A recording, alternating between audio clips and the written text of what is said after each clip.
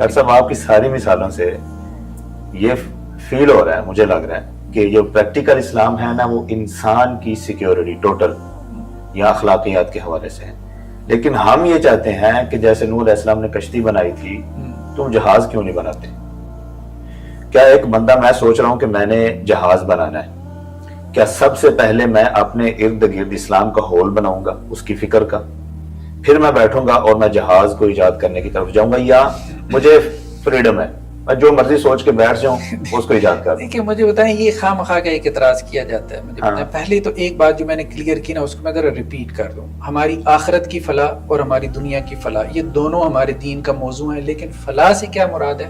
فلاح کا دین کا اپنا ایک کانسیپٹ ہے، ٹھیک ہے؟ فلاح سے مراد سیکیورٹی آف لائف ہے، آپ کے مال کی سیکیورٹی ہے، آپ کی جو ہے وہ عقل کی حرمت ہے، آپ کی عقل کو آپ کی نسل کی ہے، ایون کہ آپ کی عزت کی حرمت ہے، ریسپیکٹ، آنر، ٹھیک ہے؟ غیبت جائز نہیں ہے، کیوں غیبت جائز نہیں ہے؟ ڈیفیمیشن جائز نہیں ہے، ٹھیک ہے؟ بالکل، مطلب قذف کی سزا آپ کے یہاں پر آپ کو پتہ ہے نا 80 کوڑے ہے، کیوں؟ کسی کے بارے میں آپ کوئی لفظ تو نکالیں، ٹھیک ہے؟ تو 80 کوڑے 80 لیشز ہے آپ کو پڑیں گے، آپ کی کمر کے اوپر ہے، آپ کسی کو کہہ کے تو دیکھیں کہ جی وہ فلانا زانی ہے، یہ ہے وہ، ٹھیک ہے؟ اتنی سخت سزائیں، یہ کیا ہے؟ اس کی آنر، اس کی رسپیکٹ، اس کی ڈگنیٹی کو آپ نے سیکیور کیا، یہ ساری سیکیورٹیز فراہم کی ہیں اسلام۔ اچھا دوسرا مسئلہ جو ہے نا، جیسے آپ ترقی کہہ رہے ہیں، ٹھیک ہے، انوینشن، ایجادات، اسلام نے روکا کہاں پر ہے مجھے بتائیں۔ اب مسئلہ یہ ہے کہ جب سے پاکستان قائم ہوا ہے، ٹھیک ہے، ایک تو ہمارے یہاں مدارس کا سسٹم ہے، جی ٹھیک ہے، دوسرا ہمارے یہاں یونیورسٹیز کا سسٹم ہے، مدارس کی کوئی گرانٹ نہیں ہے، ٹھیک ہے، این جی اوز ہے نا چندے کے اوپر چل رہے ہیں، اپنی فنڈ ریزنگ کرتے ہیں نا، ٹھیک ہے، مولوی صاحب جو بھی، ساری گرانٹس کس کو مل رہی ہیں؟ یونیورسٹیز کو مل رہی ہے نا، پبلک سیکٹر کی آپ کی یونیورسٹیز ہیں، مجھے بتائیں کیا ملینز میں، ملینز کیا بلینز میں کہنا چاہیے، باہر سے گرانٹس آ رہی ہیں، بھائی کس نے منع کیا آپ کو کیا آپ ایجادات کریں؟ اور پرویز ہود بھائی کو کسی نے منع کیا ہے؟ مطلب کسی مولوی صاحب نے فتویٰ دے دیا ہے ان کو کہ آپ یہ ایجاد نہیں کر سکتے، وہ تو بھائی 400 آرٹیکل آپ نے لکھ لیا، اگر ریسرچ آرٹیکل تو کوئی 2-4 ایجادات بھی کر دیتے۔ اب مسئلہ یہ صرف اور صرف ایک بلیم گیم ہے۔ بھائی دیکھو بات یہ مولانا حضرات جو ہے انہوں نے جو کام کیا ہے، انہوں نے کہا جی ہم نے یہ میدان سنبھالا ہے کہ ہم آپ کو مسجد میں خطیب دیں گے، قاری حضرات دیں گے، ٹھیک ہے۔ اب مجھے بتائیں کوئی رمضان جس میں کسی مسجد میں آپ کو کوئی قاری صاحب اویلیبل نہ ہو قرآن پڑھانے کے لیے، ٹھیک ہے، رمضان میں وہ قرآن پڑھاتے ہیں نا تراویح میں، جی جی ٹھیک ہے، قرآن حفاظ زیادہ ہیں، مسجدیں کم ہیں، وہ ڈھونڈ رہے ہوتے ہیں، بی سیوں جو ہے وہ رابطہ کر رہے ہوتے ہیں، حافظ آپ کو مسجد ہی مل جائے، مسجد ہی مل جائے۔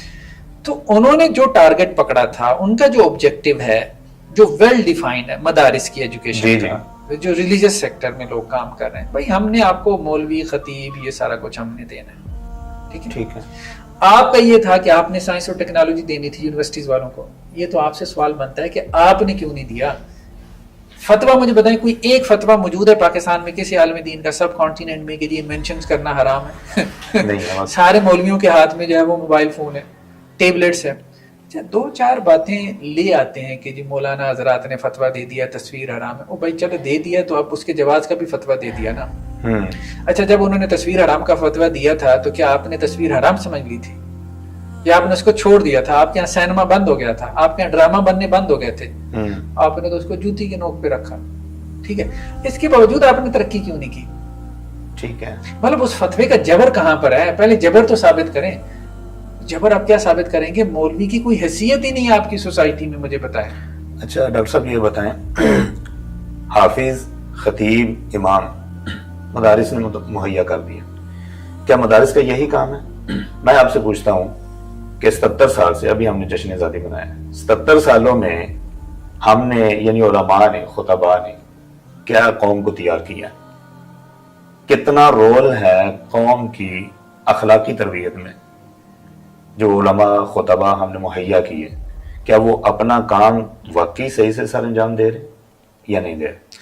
دیکھیں کمی کوتاہی ہر طبقے میں ہے، یہ بات تو ٹھیک ہے آپ کی کہ علماء خطباء یا ہمارے ہاں ائمہ مساجد جو ہیں ان کا جو رول ہونا چاہیے تھا سوسائٹی کی تربیت میں، کیونکہ تربیت کم از کم ان کا ڈومین بنتا ہے، انوینشنز ان کا ڈومین نہیں ہے۔ آپ ان سے یہ ایکسپیکٹ کریں کہ جی یہ آپ کو F-18 بنا کے دیں گے، ظاہر بات ہے F-18 تو یونیورسٹی والے نہیں بنا پائے آپ کے، تو یہ کیا بنا کے دیں گے؟ ایسا ہی ان کا تو فیلڈ نہیں تھا۔ تو اب مسئلہ یہ ہے کہ ہاں تربیت وغیرہ یہ چیزیں ان کا فیلڈ تھا، یہ ان کو کرنا چاہیے تھا، تو اس میں بھی مطلب ہمارے اخلاقی فقدان بھی ہے، یہ بات ٹھیک ہے، اخلاقی فقدان بھی ہے، اور اخلاق بیسیکلی اور تربیت وغیرہ قوم کی یہ، لیکن یہ ہے کہ ہمارے یہاں مسلک پرستی آ گئی، ایکسٹریمزم آ گیا، اور میجورٹی جو ہے، سارے علماء ہم نہیں کہتے کہ ایسے ہیں، لیکن ایک بڑی تعداد ایسی ہے جو نفرتوں کے سوداگر بن گئے اور جنہوں نے ایک دوسرے کے خلاف بغض کے بیج بوئے، پھر درمیان میں دہشت گرد تنظیمیں بھی پیدا ہو گئیں، قتل و غارت تک بھی نوبت آ گئی، ٹارگٹ کلنگ ہوئی مخالف مسلک کے علماء کی۔ اب کراچی میں دیکھیں کتنے علماء اڑا دیے گئے، مجھے بتائیں، ٹھیک ہے، مخالف مسلک کے علماء کو اڑا دینا، تو یہ بہرحال جو ہے ایک الارمنگ سچویشن ہے، یہ نہیں ہونا چاہیے۔ دین کے نام پہ اتنا تفرقہ، تو دین تو یہ کہتے ہیں بھائی اب ٹالرنس پیدا کریں۔ اس ایکسٹریمزم کا ذمہ دار کون ہے جو مذہبی طبقہ کی طرف سے ہوتا ہے؟ کسی کو ہم ٹھہرا سکتے ہیں کہ نہیں؟